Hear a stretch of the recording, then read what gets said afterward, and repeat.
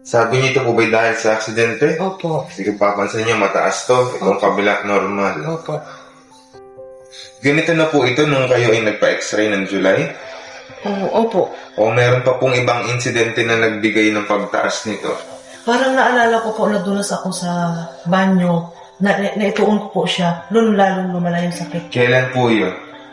Ano po, katapusan ako ng June. Po, kanya lang. Habang nakadipa ito, gano'ng kasakit yan? Kung nare-rate niyo po ng 1 to 10, number 10 pinakamasakit. 7. 7. Opo. Pag itinaas niyo po ng pinakamataas ang ngayong gawin. Ganyan lang. Ganyan lang yan. Opo. Gano'ng kasakit po pag pinipilit nung itaas? 10 po. 10. Opo.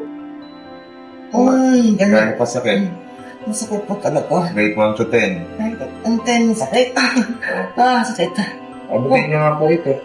Ganyan lang po. Ganyan lang. Opo. Sakit.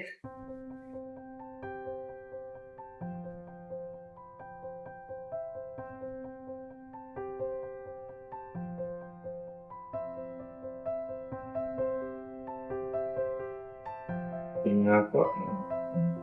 Mas abot niyo na ngayon? Ang balikat niya? Kanina hanggang saan ba?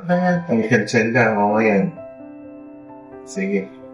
Kung kanina number 10, itong ganito kalapit, pag inaabot ngayon, gano'ng kasakit yan? Pag inaabot niyo siya. Ano na lang po. Sobrang sakit pa ba? 7. 7 na lang. Okay. Tapos ganito kahaba, kalayo ang abot mo o reach. Okay. Pag dito, number 10 pa rin ba yan?